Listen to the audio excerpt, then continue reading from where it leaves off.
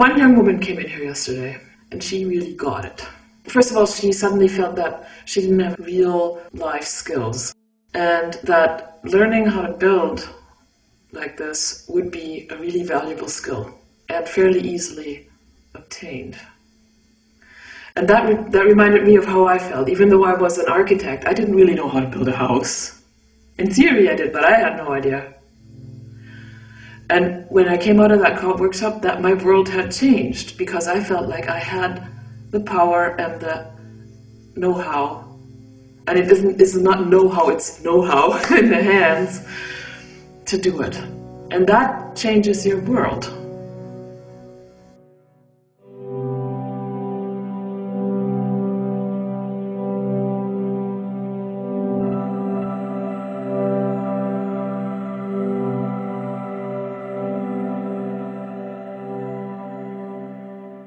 It was wearing out my body, especially my right arm, and especially my elbow and my wrist, from hammering and sawing and all the noise and toxic wood and stuff, and it was just like I was getting fed up with that part.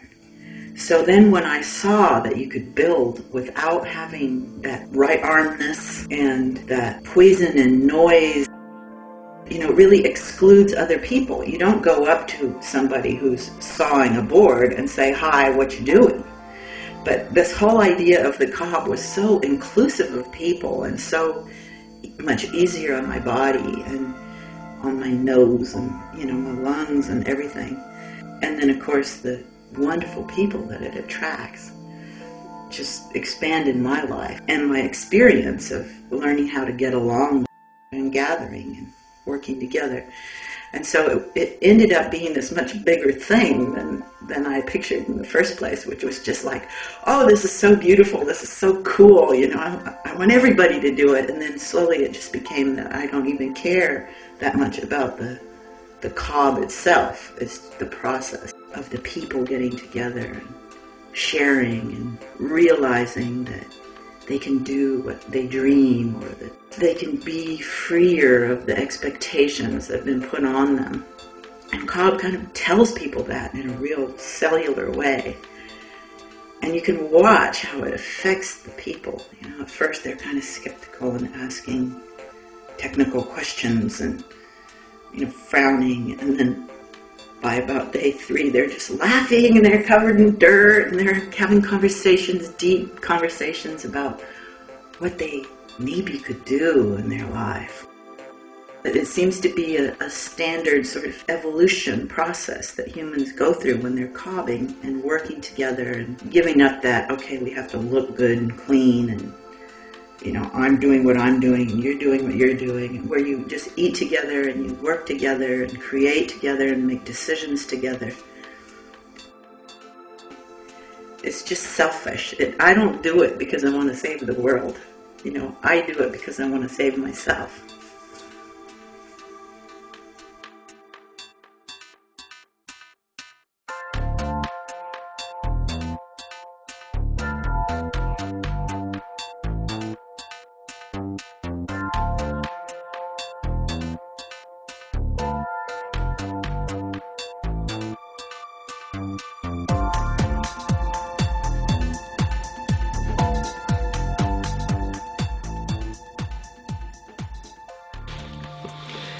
Well, about 14 years ago, I didn't have a roof over my head. I got divorced and I had about $4,000.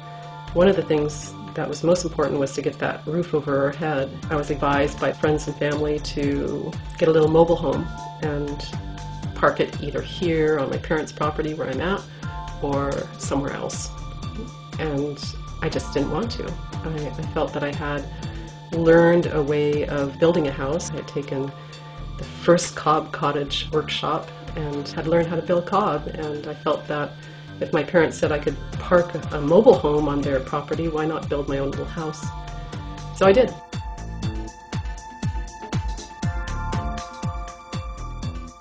And I started building it pretty much by myself, but my parents helped with some of the woodwork.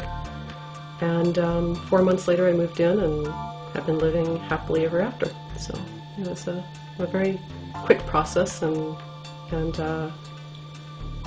it was never regretted.